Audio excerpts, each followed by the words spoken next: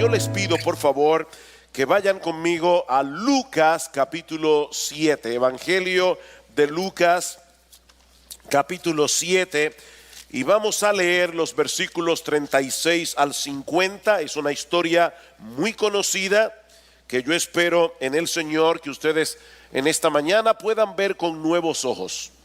Lucas capítulo 7, versículo 36. Uno de los fariseos le pedía a Jesús, obviamente, que comiera con él. Y entrando en la casa del fariseo, se sentó a la mesa. Y he aquí había en la ciudad una mujer que era pecadora. Y cuando se enteró de que Jesús estaba sentado a la mesa en casa del fariseo, trajo un frasco de alabastro con perfume y poniéndose detrás de él a sus pies, llorando, comenzó a besar, a regar sus pies con lágrimas y los secaba con los cabellos de su cabeza, besaba a sus pies y los ungía con el perfume. Pero al ver esto, el fariseo que le había invitado dijo para sí: eso no está en el texto, lo digo yo. Si este fuera profeta, sabría quién es y qué clase de mujer es la que lo está tocando, que es una pecadora. Y respondió Jesús, él no había preguntado nada, pero Jesús respondió a la inquietud de su corazón porque él lo sabe todo. Y respondiendo Jesús le dijo: Simón, así se llamaba el fariseo, tengo algo que decirte. Y dijo: di, maestro. Cierto prestamista tenía dos deudores. Uno le debía 500 denarios y el otro 50. Y no teniendo ellos con qué pagar, ninguno de los dos, perdonó generosamente a los dos. ¿Cuál de ellos entonces le amará más? Simón respondió y dijo: supongo que aquel a quien le perdonó más. Y Jesús le dijo: has juzgado rectamente. Y volviéndose hacia la mujer, le dijo a Simón: ¿ves a esta mujer? Yo entré a tu casa y no me diste agua para los pies, que era la costumbre en aquellos días. Recuerden, las personas no usaban zapatos, eran sandalias, los caminos no estaban asfaltados, eran caminos de tierra. Las personas llegaban a la casa del invitado con todos los pies sucios y había un esclavo que generalmente lavaba los pies de los invitados. Y dice Jesús: Simón, yo entré en tu casa y no me diste agua para los pies, pero ella ha regado mis pies con sus lágrimas y los ha secado con sus cabellos. No me diste beso, que era la costumbre también de aquellos días, pero ella desde que entré no ha cesado de besar mis pies. No ungiste mi cabeza con aceite, pero ella ungió mis pies con perfume. Por lo cual te digo que sus pecados, que son muchos, han sido perdonados, porque amó mucho. Pero a quien poco se le perdona, poco ama. Y a ella le dijo: tus pecados han sido perdonados. Los que estaban sentados a la mesa con él comenzaron a decir entre sí: ¿y quién es este que hasta perdona pecados? Pero Jesús dijo a la mujer: tu fe te ha salvado, vete en paz. ¿Qué historia? Cuando nosotros predicamos el Evangelio, algunas personas reaccionan con total indiferencia. Otras personas reaccionan con interés y aún hay personas que reaccionan con mucha hostilidad. Y aunque estas reacciones dependen de muchos factores diferentes, uno de los más determinantes es la percepción que cada uno tiene de sí mismo. Hay personas que creen que son tan buenos, que son tan decentes, que ellos presuponen no necesitar lo que el Evangelio ofrece. Otros creen que son tan malos que no pueden aceptar el hecho de que haya alguna esperanza de salvación para ellos. Yo recuerdo hace muchos años hablando con una joven que después se convirtió y fue miembro de nuestra iglesia hasta que el Señor se la llevó a su presencia hace unos años atrás. Pero yo recuerdo la primera vez que ella fue a un estudio bíblico, ella me decía: es que Dios no puede perdonarme. Yo he sido demasiado mala. Pero hay otros que, aunque reconocen su propia condición de pecadores, saben lo malo que son, al mismo tiempo están dispuestos a aceptar por la fe el perdón incondicional y gratuito que Dios les ofrece de pura gracia, únicamente por medio de nuestro bendito Señor y Salvador Jesucristo. Y este es el caso que encontramos en esta historia de Lucas capítulo 7. La historia de esta mujer nos ilustra cómo opera el Evangelio para impactar nuestro intelecto, para impactar nuestra voluntad y aún para impactar nuestro aparato emocional. Ahora, la razón primordial por la que vamos a predicar de este pasaje en la mañana de hoy es porque este texto, esta historia también nos ayuda a entender por qué algunos creyentes o algunas personas que profesan ser cristianas manifiestan tanto fervor, tanto compromiso, tanta pasión por la persona de Cristo, por la iglesia de Cristo, por el reino de Cristo, por el avance del Evangelio. ¿Y por qué hay otros que también profesan ser cristianos, pero están sumidos en una preocupante apatía espiritual? Y esa es mi carga en esta mañana. O sea, mi carga en esta mañana es que nosotros podamos ver por qué razón en la misma iglesia, oyendo los mismos sermones, teniendo los mismos pastores, las mismas enseñanzas, hay personas en la iglesia que parecen estar encendidas en fuego por causa de Jesús. Y hay otros que uno se pregunta: ¿realmente hay fuego allí? Aunque sea una llamita de fuego. Esta historia en Lucas capítulo 7 comienza con la presentación de dos personajes muy distintos entre sí, que se encuentran providencialmente en el mismo lugar porque los dos tenían el mismo interés. Noten de nuevo el versículo 36. Uno de los fariseos le pedía a Jesús que comiera con él, y entrando en la casa del fariseo se sentó a la mesa. Y he aquí, había en la ciudad una mujer que era pecadora.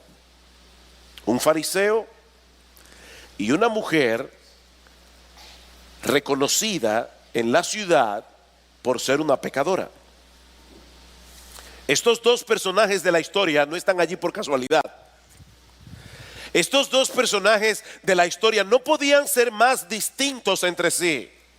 Los fariseos, por lo menos creo que en esta iglesia, no necesitan carta de representación, ¿verdad?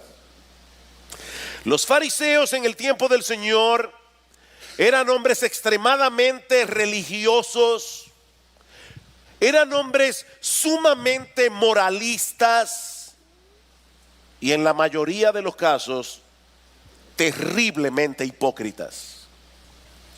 Los fariseos se apegaban a las interpretaciones rabínicas de la ley de Moisés con una devoción que rayaba en el fanatismo y en la ridiculez. Uno de los mejores retratos que nosotros tenemos de un fariseo es el que mismo Jesús nos brinda en Lucas capítulo 18 en una parábola. Él decía: dos hombres subieron al templo a orar. Uno era fariseo, el otro era publicano. Otra vez dos contrastes aquí, porque el publicano representaba lo peor en la sociedad judía. Eran cobradores de impuestos. Y en aquellos días amaban tanto a los cobradores de impuestos como hoy ustedes los aman. Eran cobradores de impuestos. Dos hombres subieron al templo a orar. Uno era fariseo, el otro era un cobrador de impuestos. Y el fariseo, dice Jesús en Lucas 18, oraba consigo mismo diciendo: Señor, yo te doy gracias porque yo no soy como los otros hombres, ladrones, adúlteros, avaros, ni aun como este publicano. Ayuno 2 veces a la semana, doy diezmos de todo lo que gano. En otras palabras, este hombre estaba delante del Señor diciendo: te doy gracias, Señor, porque no te necesito. Te doy gracias, Señor, porque yo no necesito de tu gracia, yo no necesito de tu perdón, porque mi carácter y mis obras son lo suficientemente extraordinarias como para ser aceptado delante de ti. Eso es lo que este hombre está orando. Increíble. Y Simón era fariseo. Era un hombre religioso, era un hombre decente, era un hombre moralista, intachable.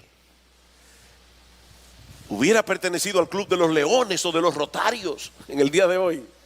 Y no tengo nada contra los rotarios, por si acaso. Simplemente estoy diciendo, es el tipo de gente que está en los clubes de beneficencia. El otro personaje de la historia, nosotros no sabemos cómo se llamaba. No se nos dice si era una mujer rica, si era una mujer pobre. Lo único que nosotros sabemos con certeza de esta mujer es que era inmoral. Lucas nos dice que era pecadora, y la idea es que esta mujer era reconocida probablemente en la ciudad de Capernaum, que era donde muy seguramente Jesús estaba ese día. Era reconocida por su mala reputación. Todos los que estaban en la casa de Simón esa noche sabían que esta mujer era una perversa. Todo el mundo sabía la clase de vida que esa mujer había vivido. Así que aquí tenemos a Simón, que representaba lo mejor de la sociedad judía, y aquí tenemos a esta mujer que representaba lo peor. Pero a pesar de sus diferencias tan marcadas, los dos tenían algo en común, y es que los dos estaban interesados en la persona de Jesús. De hecho, Lucas dice en el versículo 36 que Simón le había pedido, y lo que el texto dice literalmente en el original es que Simón le había rogado insistentemente al Señor que comiera con él, una y otra vez. Debemos suponer que Simón había escuchado hablar acerca de las cosas que Jesús enseñaba, acerca de las cosas que Jesús hacía. Es probable que lo haya escuchado predicar personalmente, de modo que ahora Simón quería conocer a Jesús. Simón quería formarse su propia opinión acerca de este rabino que de repente había aparecido en el escenario de Israel. Simón estaba interesado en Jesús. Y por supuesto la mujer también, muy interesada. Tan interesada que ella tuvo que vencer grandes obstáculos esa noche para venir delante de Jesús. De hecho, mis hermanos, cualquiera diría que esta mujer escogió el lugar y el momento más inoportuno para encontrarse con Jesús. Ella tenía que saber que no iba a ser bienvenida en casa de Simón el fariseo, que su presencia allí iba a ser un escándalo. Pero eso no le impidió en absoluto llegar hasta Jesús. No le importó, porque el interés que ella tenía por la persona del Señor no era una mera curiosidad intelectual, no era una mera curiosidad religiosa como en el caso de Simón. Ella no vino delante de Jesús para hacer un estudio sociológico o un estudio religioso acerca de este personaje tan interesante. No, ella vino buscando alivio para el dolor de su alma. Nosotros podemos suponer que esta mujer había oído a Jesús predicar la palabra de Dios. Podemos suponer que en muchas ocasiones su conciencia había sido traspasada con una profunda convicción de pecado. Cuando ella oía las explicaciones que Jesús daba del alcance de la justicia de Dios, de la ley de Dios, esta mujer sabía que ella era pecadora. Esta mujer sabía que ella estaba mal, que ella era esclava de sus pasiones. Pero seguramente también había oído a Jesús hablar acerca de la misericordia de Dios. Seguramente había oído a Jesús hablar acerca del perdón de los pecados. Seguramente había oído a Jesús llamar a los pecadores: venid a mí, todos los que estáis trabajados y cargados, yo los haré descansar. De manera, mis hermanos, que Jesús era para esta mujer mucho más que el objeto de su curiosidad. Y eso nos muestra otra vez lo que muchas veces hemos dicho desde este púlpito, y es que no basta tener interés por la persona de Jesús. ¿Escucharon eso? No basta tener interés por la persona de Jesús. Simón estaba sumamente interesado en conocerlo, tanto que le rogaba con insistencia que fuera a su casa a cenar. Pero en el resto de la historia nosotros vemos claramente que Simón no tenía ni idea de lo mucho que él necesitaba a Jesús. Noten la forma tan distinta como reaccionan estos dos personajes en la historia. Una de las cosas que viene a ser evidente al leer el pasaje de Lucas es que el interés de Simón por Jesús era meramente intelectual. Nosotros no vemos en esta historia ese tipo de tensión, ese tipo de agitación que se producen cuando nosotros nos encontramos en medio de una situación que puede ser determinante para nuestra vida, algo que puede cambiar radicalmente el curso de nuestra existencia. Imagínate que tú tienes un año sin trabajo y de repente vas a entrevistarte con el dueño de una empresa sumamente importante que te está ofreciendo, dependiendo de esa entrevista, darte el puesto de tu vida. Tú no vas a estar allí diciendo: bueno, dime, ¿qué tú tienes que decirme? No. No, hay una tensión, hay una agitación, hay algo que se produce cuando uno está en momentos críticos, y Simón no estaba así. Si Simón se hubiera dado cuenta del terrible destino que le aguardaba a su alma inmortal por causa de sus pecados, y que bajo su techo se encontraba el único que podía darle salvación, el único que podía reconciliarlo con Dios, seguramente que no hubiera mostrado tanto dominio propio, ni hubiera tratado a Jesús con tanta diplomacia y con tanta apatía. Pero cuán diferente fue la reacción de esta mujer. Noten una vez más el versículo 37. Y he aquí, había en la ciudad una mujer que era pecadora. Y cuando se enteró de que Jesús estaba sentado a la mesa en casa del fariseo, trajo un frasco de alabastro con perfume, y poniéndose detrás de él a sus pies, llorando, comenzó a regar sus pies con lágrimas y los secaba con los cabellos de su cabeza. Besaba a sus pies, y la idea es, los besaba y los besaba. Más adelante Jesús va a decir: esta mujer no ha cesado de besar mis pies. Y los enjugaba con sus cabellos mientras los ungía con su perfume. Ustedes saben, mis hermanos, que los orientales en el tiempo del Señor, y aún en el día de hoy en muchos lugares, no se sentaban en una mesa a comer como nosotros lo hacemos en el día de hoy en Occidente.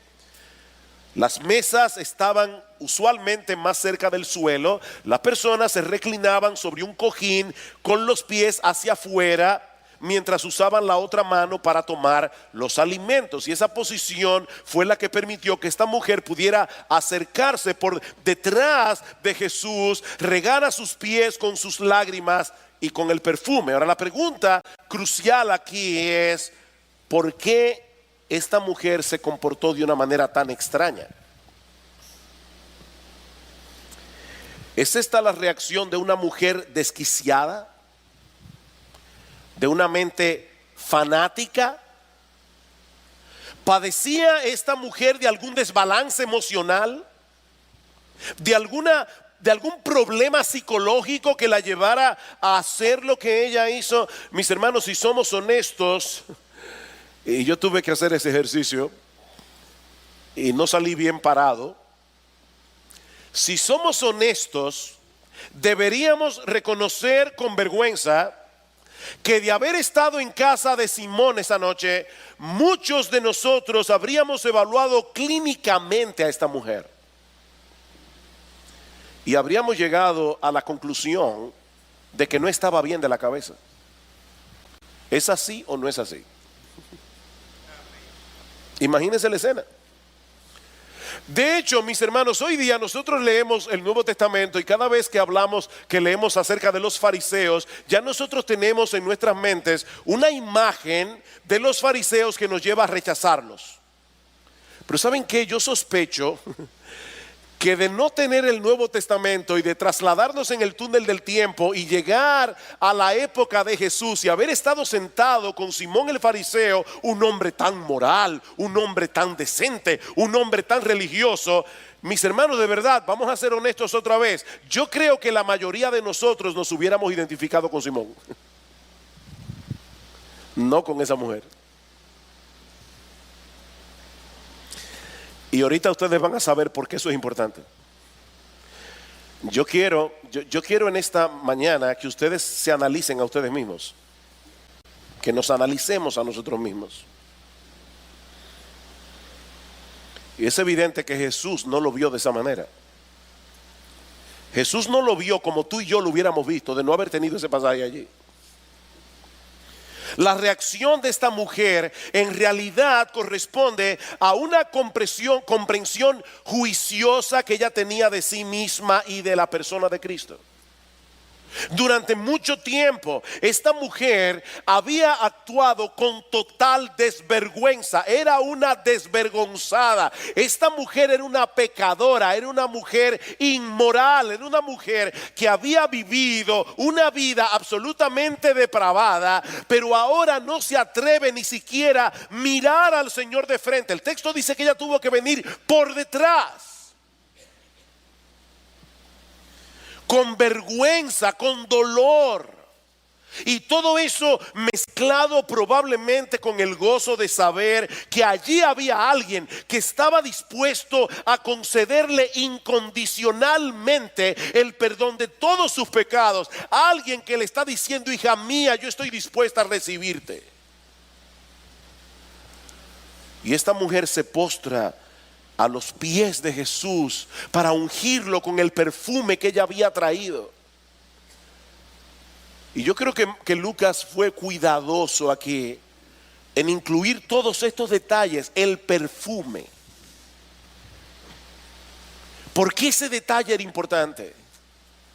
Porque seguramente durante años ese perfume había sido parte de su instrumental de iniquidad.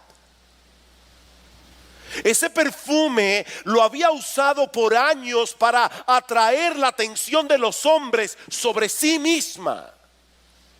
Y sin embargo ahora nosotros vemos a esta mujer consagrando aquello que tanto había usado para mal, consagrándolo a la adoración, a darle honra, a darle honor a su Salvador. Pero como vemos en la historia, sus emociones la traicionan. Ella no está con ese dominio propio que Simón tiene. Sus emociones la traicionan. Ella comienza a llorar y de repente se vuelve un mar de lágrimas, tanto que empapa los pies del Señor con sus lágrimas. Y como no tiene toalla a la mano, comienza a secarlo con sus propios cabellos y a besarlo con sus labios. Mis hermanas, ustedes saben muy bien la importancia que las mujeres le dan a su cabello. Cuando salen del salón y cae una jarinita, eso es un lío. Esta mujer no tuvo reparo en usar sus cabellos como toalla para secar los pies de Jesús. Ella no pronunció ni una sola palabra esa noche, porque no era necesario. Sus ojos, sus cabellos, sus manos, su perfume se encargaron de decir todo lo que ella tenía que decir.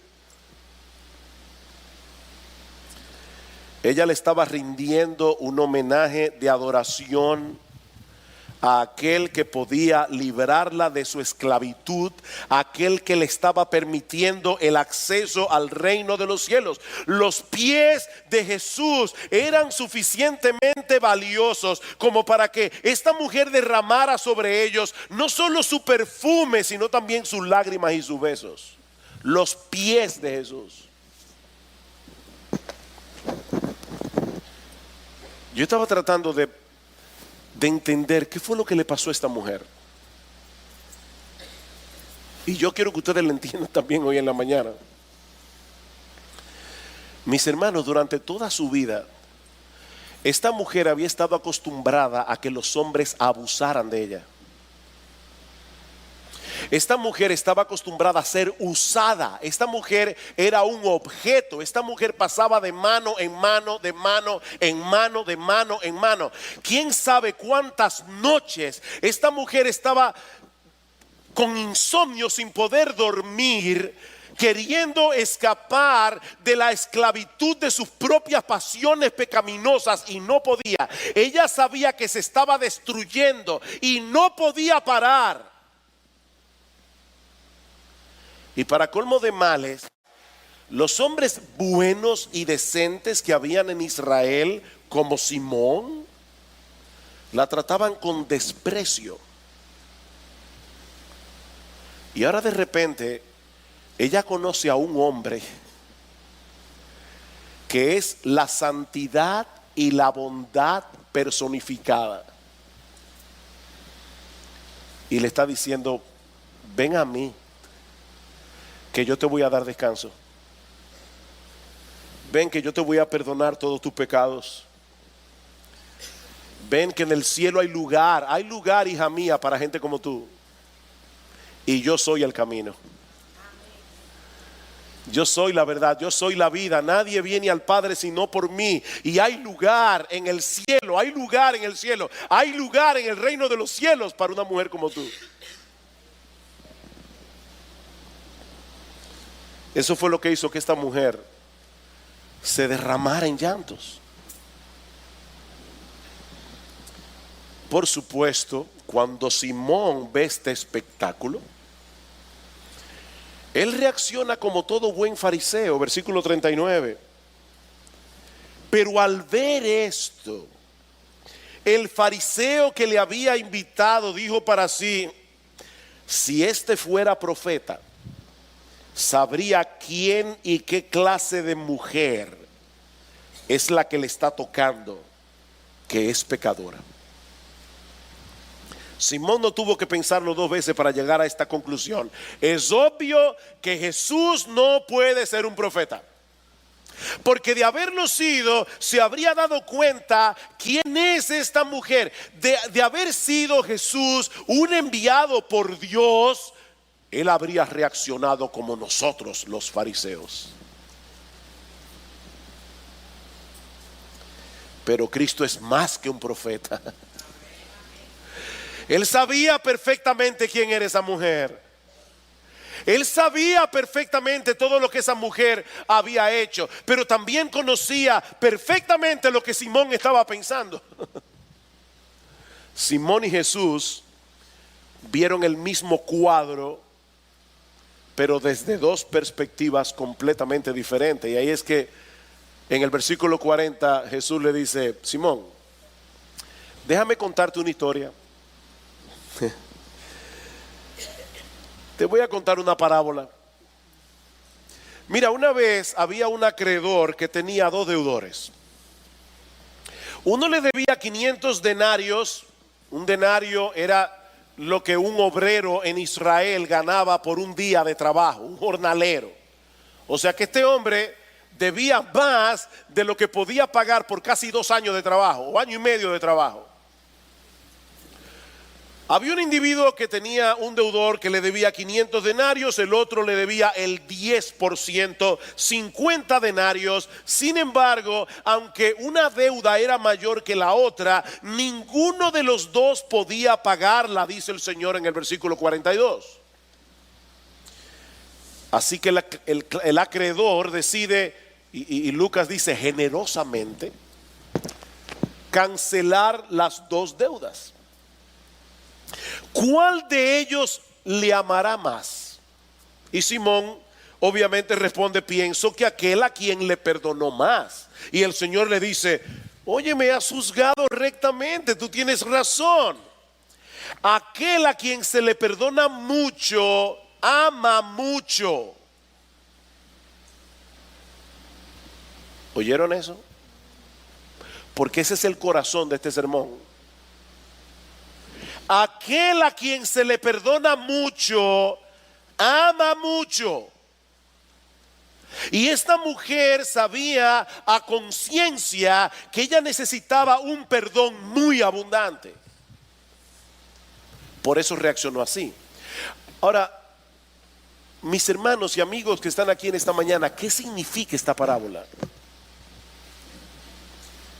Porque alguno puede llegar muy rápidamente a la conclusión de que lo que el Señor está enseñando aquí es que si una persona ha sido muy pecadora a lo largo de su vida y la naturaleza de sus pecados han sido bien groseros y es perdonado por Dios, seguramente amará mucho al Señor más que aquel otro a quien se le perdonaron pecados más ligeros, pecaditos.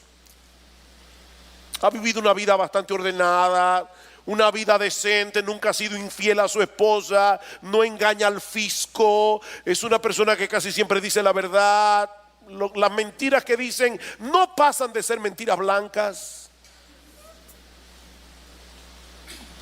Seguramente este individuo tan bueno, tan decente, tan moralista, no se sentirá como esta mujer pecadora, esta mujer depravada, esta mujer inmoral. Los primeros deben ser más agradecidos que los segundos, porque el perdón que les ha sido otorgado es mucho mayor. Pero mis hermanos, si esa fuera la interpretación correcta de esta parábola, entonces Cristo estaría enseñándonos aquí que la mejor manera de aprender a amar a Dios es pecando mucho. Yo no sé qué haríamos con el Salmo 1, ¿verdad? Bienaventurado el varón que no anduvo en consejo de malos, ni estuvo en camino de pecadores, ni en silla de escarnecedores se ha sentado. De hecho, algunos cristianos que han nacido en la iglesia y que se han criado en la iglesia y han tenido una vida bastante decente hasta que se convirtieron al Señor, de repente escuchan a otro que dicen: yo era un desgraciado, yo era un drogadicto, yo era un alcohólico, yo robé, yo maté. Y dice: wow, yo hubiera querido hacer todo eso para tener un testimonio tan impactante. El testimonio mío, más o menos, medio aburrido.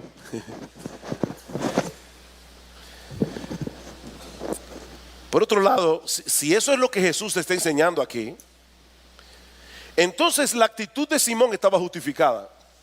¿Verdad que sí?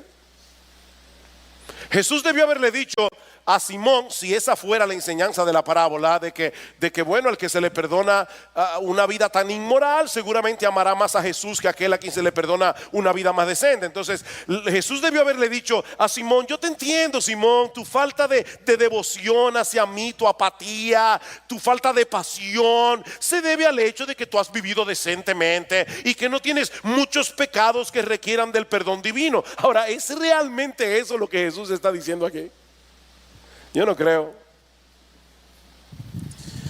No, lo que el Señor desea enseñarnos aquí es exactamente lo contrario. Lo que el Señor quiere enseñarnos aquí es que la forma de pensar que tenía Simón es totalmente incorrecta, es totalmente equivocada, es totalmente injustificada. Los dos deudores de esta parábola estaban en problemas porque ninguno de los dos podía pagar la deuda. ¿Recuerdan? Así que los dos estaban a merced del acreedor, que en este caso representa a Dios. El problema es que no todo el mundo está consciente de su deuda. Ese es el problema de Simón. La diferencia entre el que cree que debe 500 y el que cree que solo debe 50 no radica en la cantidad. La diferencia radica en la conciencia que cada uno tiene de su problema y de su necesidad. Al final de cuentas, los dos deudores estaban en la misma posición delante de su acreedor. Ninguno de los dos podía pagar y ambos fueron perdonados. ¿Qué importancia tiene si a uno se le perdonó 500 y al otro 50? Antes del perdón, ambos estaban en el mismo problema. Después del perdón, ambos disfrutaban de la misma libertad. Amén. Esa es la situación del hombre en su pecado. No importa si es decente o si es un depravado. O estamos completamente perdidos o estamos completamente perdonados. No hay otra opción, no hay una tercera categoría. Óyeme bien, mi amigo, si tú estás aquí en esta mañana, o tú delante de Dios estás completamente perdido o estás completamente perdonado, y eso no tiene nada que ver con tu vida, ni con tu decencia, ni con tu moral, ni con tu religión. Déjenme hacerles una pregunta. Una pregunta capciosa. ¿A quién estaba evangelizando Jesús esa noche? ¿A la mujer o a Simón?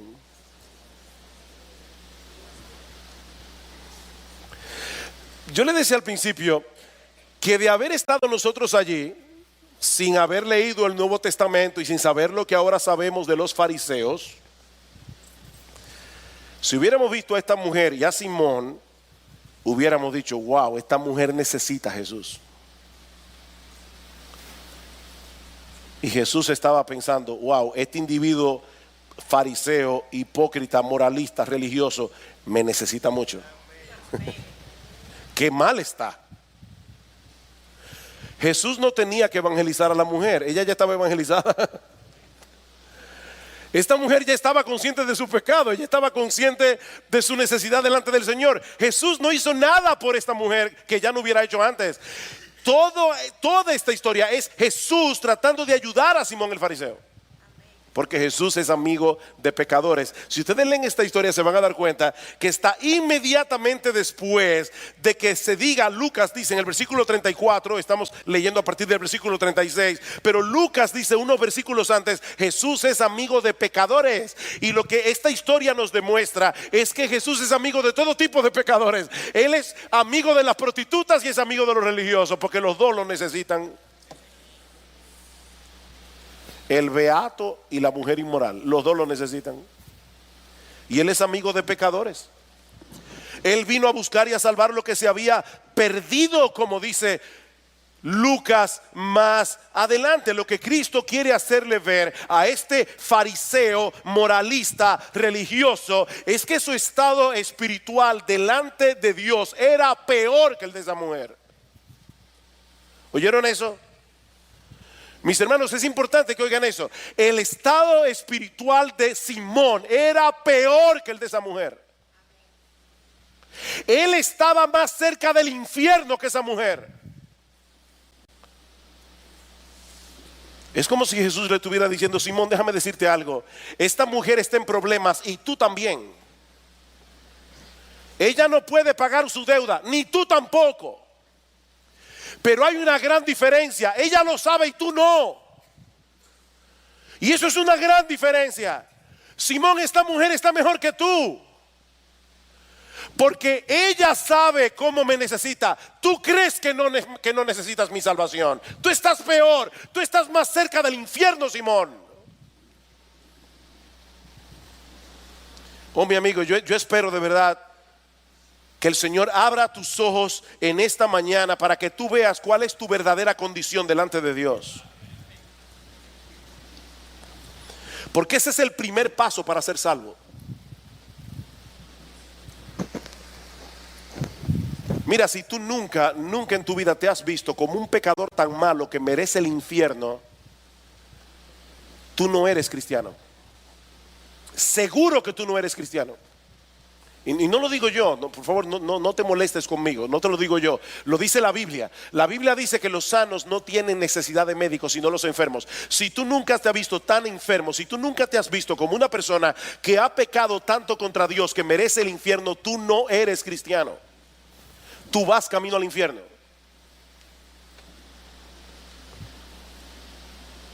Yo no sé si tú eres un moralista como Simón, o si has vivido una vida completamente desenfrenada como esta mujer, pero Dios nos dice en su palabra que tú tienes una deuda con Él que tú no vas a poder pagar ni en 1000 eternidades. ¿De verdad tú crees que tú eres bueno? Déjame decirte algo de la ley de Dios. Dice la Biblia que toda la ley se resume en 2 mandamientos.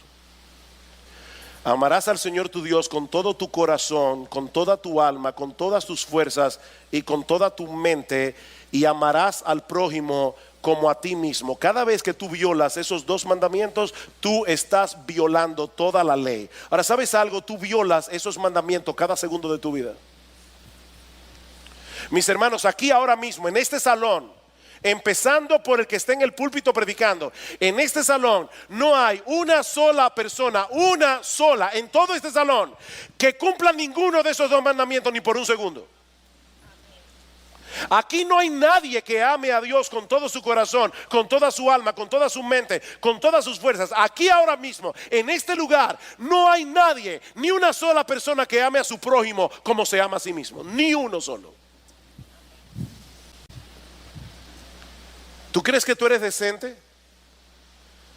Dice la Biblia que cualquiera que mira a una mujer con lujuria que no sea su esposa, ya cometió adulterio en su corazón. ¿Cuántos adúlteros hay aquí? Dice la Escritura que si una persona se enoja pecaminosamente contra su hermano, ya lo asesinó en su corazón.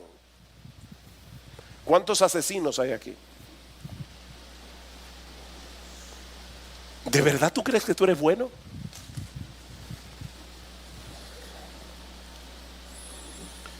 Mira, tú eres tan malo, yo soy tan malo, que por eso tuvo que hacerse hombre, la segunda persona de la Trinidad, y cumplir la ley de Dios a la perfección, desde la cuna hasta la tumba. El único que pudo cumplir en toda la historia humana esos 2 mandamientos a la perfección es Jesús. El único. Él amó a Dios con todo su corazón, con toda su alma, con toda su mente, con todas sus fuerzas. Él amó al prójimo como a sí mismo, al punto de dar su vida por ellos en la cruz del Calvario. Eso es amor. ¿Y sabes por qué Él tuvo que hacer eso? Porque tú y yo no podíamos salvarnos a nosotros mismos. Él tuvo que hacer eso porque no hay otro camino de salvación. Dios no puede pasar por alto su justicia. Alguien tenía que pagar nuestra deuda, y eso lo hizo Jesús. Estamos en problemas. No podemos satisfacer la justicia perfecta de Dios, pero eso lo hizo Cristo. Y luego murió en la cruz del Calvario para pagar nuestra deuda con la justicia divina.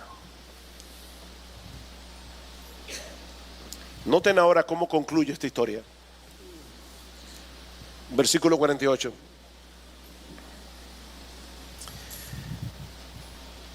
A ella le dijo: mujer, tus pecados han sido perdonados.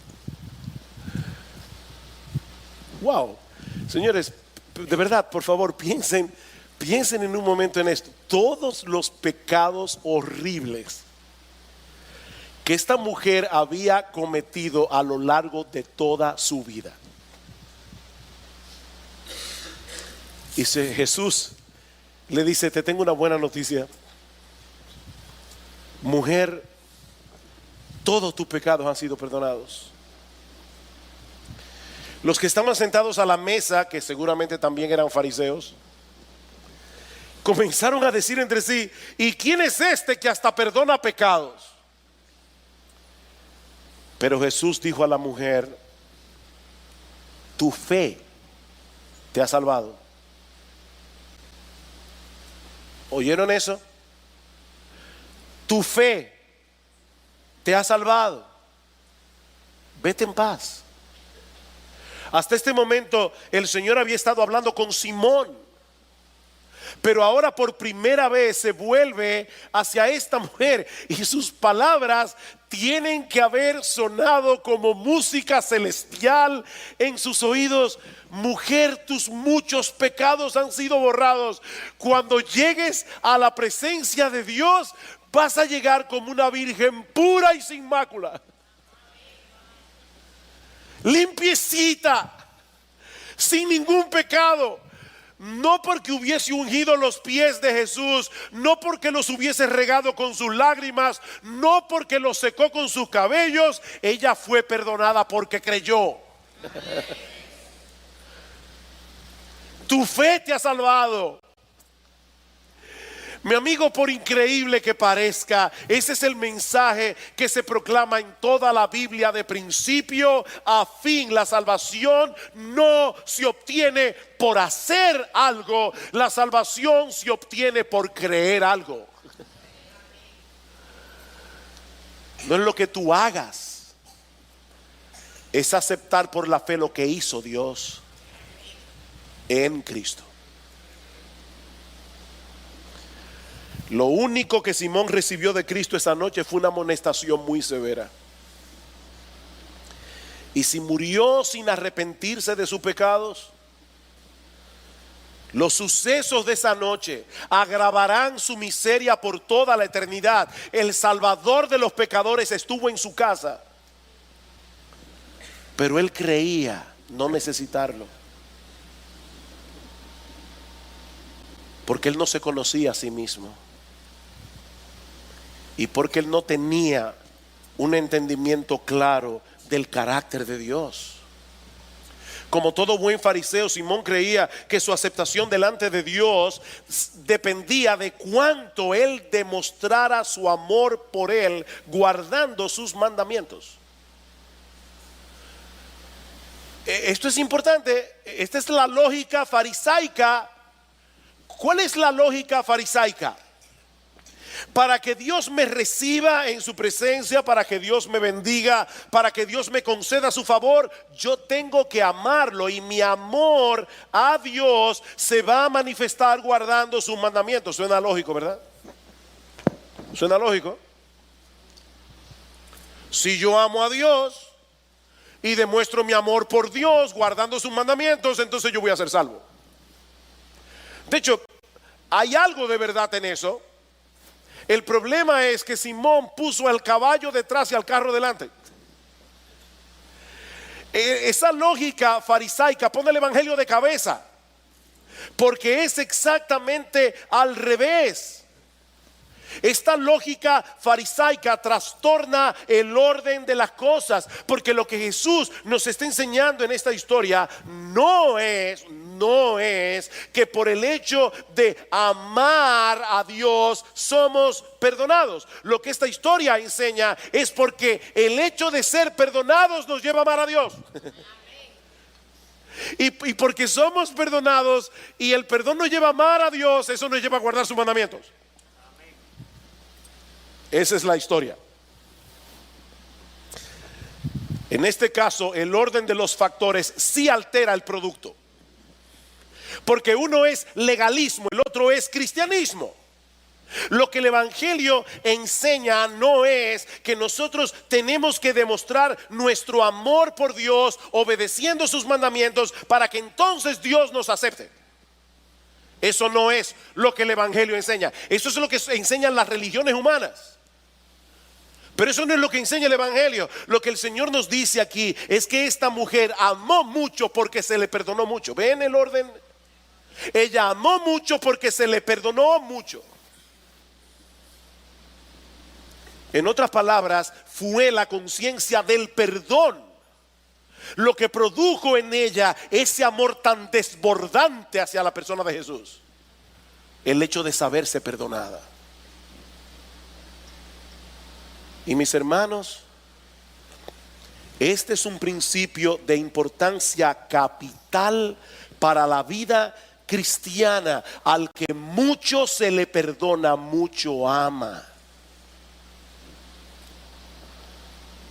Algo no anda bien cuando una persona profesa ser cristiana, pero en vez de manifestar esa pasión por la persona de Jesús y por su reino, reaccionan más bien como Simón el fariseo. Algo no anda bien. Eso revela que tienen un entendimiento defectuoso del evangelio y tienen un entendimiento defectuoso de los muchos pecados que le han sido perdonados. No está entendiendo bien.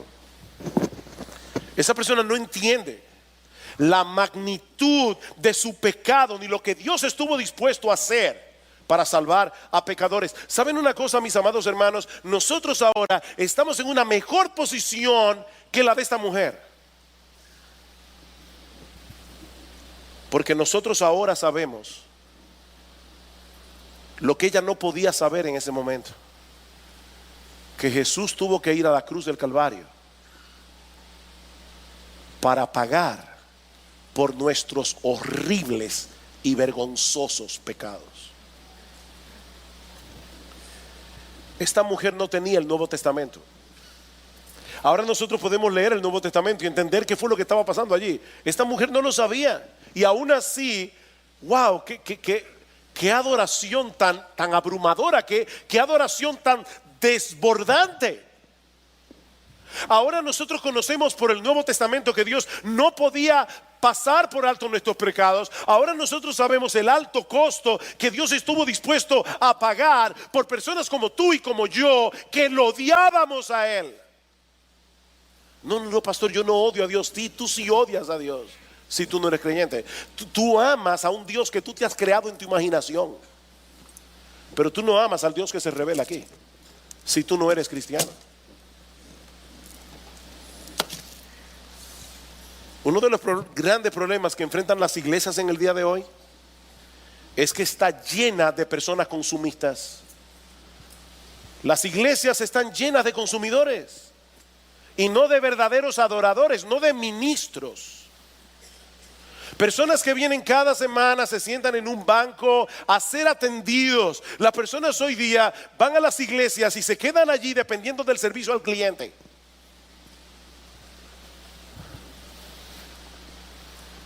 Yo vine aquí para que me enseñen, yo vine aquí para que me sirvan. Yo quiero ver cuáles son los ministerios que hay en esta iglesia, de los cuales yo puedo beneficiarme yo.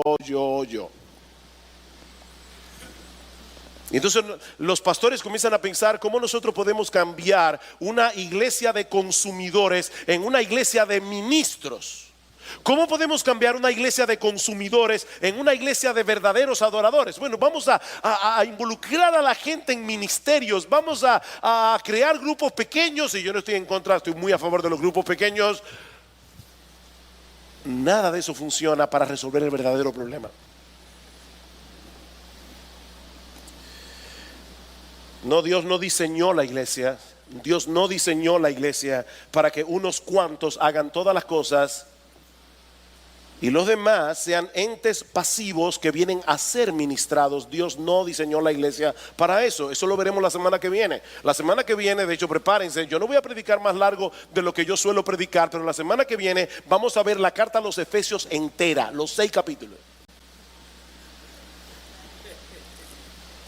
¿Qué es la iglesia? La iglesia es un grupo de hombres y mujeres salvados por gracia que no saben cómo agradecerle a Dios los muchos pecados que le fueron perdonados. Un grupo de hombres y mujeres que no saben cómo demostrarle a Jesús la pasión desbordante que sienten en sus corazones por el glorioso perdón que Dios les otorgó a cambio de la sangre bendita, preciosa de Jesús que fue derramada en la cruz del Calvario. ¿Cómo reaccionan personas que saben eso? No, mis hermanos, lo que cambia una iglesia de pasivos consumidores en una iglesia de activos adoradores. Es el evangelio, es el entendimiento del evangelio y sus implicaciones. Por eso es que en esta iglesia, hasta que Cristo vuelva, vamos a estar predicándole el evangelio a los evangélicos. Porque nosotros necesitamos entender el evangelio. Nosotros necesitamos escuchar el evangelio y predicarnos el evangelio día tras día. Nosotros necesitamos recordar los muchos pecados que nos fueron perdonados. Porque de no hacerlo vamos a caer en el síndrome de Simón el fariseo. Y vamos a tener una iglesia llena de gente decente y apática. Muy religiosos y muy apáticos.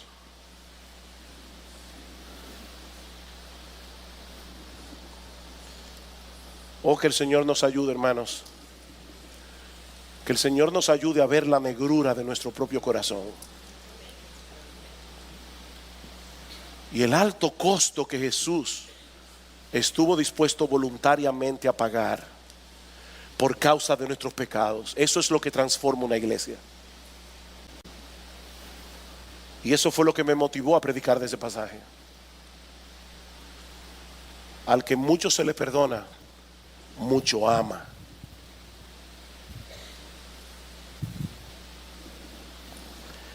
Y si tú estás aquí sin Cristo en esta mañana, permíteme decirte unas palabras antes de concluir. Mi amigo, tú has escuchado hoy el evangelio y tú has escuchado que tienes un problema delante de Dios. Y has escuchado que solo Cristo puede resolver ese problema. Solo Cristo. Solo Cristo puede hacer por ti lo que hizo por esta mujer. Decirte hoy, tus pecados son perdonados. Tu deuda ha sido cancelada, ya no te preocupes más. Estás en paz con Dios. No olvides, mi amigo, tú tienes una deuda con Dios. Una deuda impagable. De haber existido otra puerta de escape, créeme, Dios nunca habría enviado a su propio hijo, lo que él más amaba, a morir en una cruz. Él no lo habría hecho. Si la salvación fuera por bautizarte de niño, por ir al confesionario y hablarle a un sacerdote de tus pecados, si la salvación se fuera por hacer una misa, si la salvación fuera por cumplir los sacramentos, Jesús no hubiera venido al mundo a morir en una cruz. Él vino porque no hay otro medio. No hay otra forma de salvarse. Pero por lo que Él hizo, ahora Dios en el evangelio te ofrece gratuitamente, por gracia, el perdón de todos tus pecados, los que cometiste y todo lo que vas a cometer hasta la segunda venida de Cristo. Únicamente por confiar en Jesús. Por confiar en Jesús. Y yo te ruego, mi amigo, yo te ruego, yo te suplico, no desprecies la oportunidad que Dios te está dando hoy. Dios te trajo aquí a este lugar para que escucharas este mensaje de perdón y de consuelo. Te repito, yo no sé si tú eres un moralista religioso decente como Simón. Yo no sé si tú has vivido abiertamente en pecado como esta mujer. Pero independientemente de tu caso, tú necesitas el evangelio. El mismo evangelio.